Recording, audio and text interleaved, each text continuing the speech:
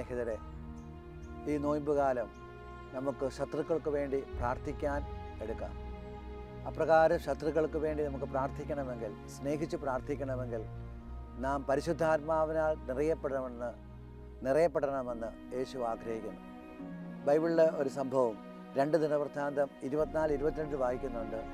പഴയ നിയമത്തിൽ ഒരു പുരോഹിതനെ അന്നത്തെ രാജാവ് സൈന്യങ്ങളോട് ചേർന്ന് ജനം കല്ലെറിഞ്ഞു കൊല്ലുകയാണ്. അപ്പോൾ അദ്ദേഹത്തിൻ്റെ പ്രാർത്ഥനയാണ്, കർത്താവേ, ഇവരോട് പ്രതികാരം ചെയ്യണമേ.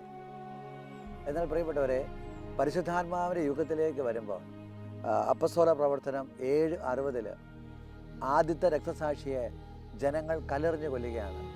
അപ്പോൾ അദ്ദേഹത്തിൻ്റെ പ്രാർത്ഥന, പിതാവായ ദൈവമേ, ഇവർ ചെയ്യുന്നതെന്തെന്ന് ഇവരറിയുന്നില്ല, ഇവരോട് ക്ഷമിക്കണമേ. നോക്കുക, 2 പ്രാർത്ഥനയുടെയും വ്യത്യാസം. പഴയ നിയമത്തിൽ നമ്മൾ കാണുന്നത് പുറമേ നിൽക്കുന്ന ദൈവമാണ്.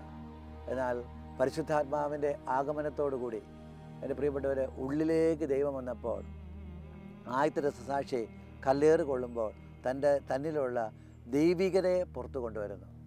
ഈ നോയമ്പ് കാലത്ത് നിന്നിലെ ദൈവികതയെ പുറത്തു കൊണ്ടുവന്നുകൊണ്ട് അദൃശ്യനായ ദൈവത്തെ ഈ ലോകത്തിന് വെളിപ്പെടുത്തി കൊടുക്കുവാൻ ഇടവരണം.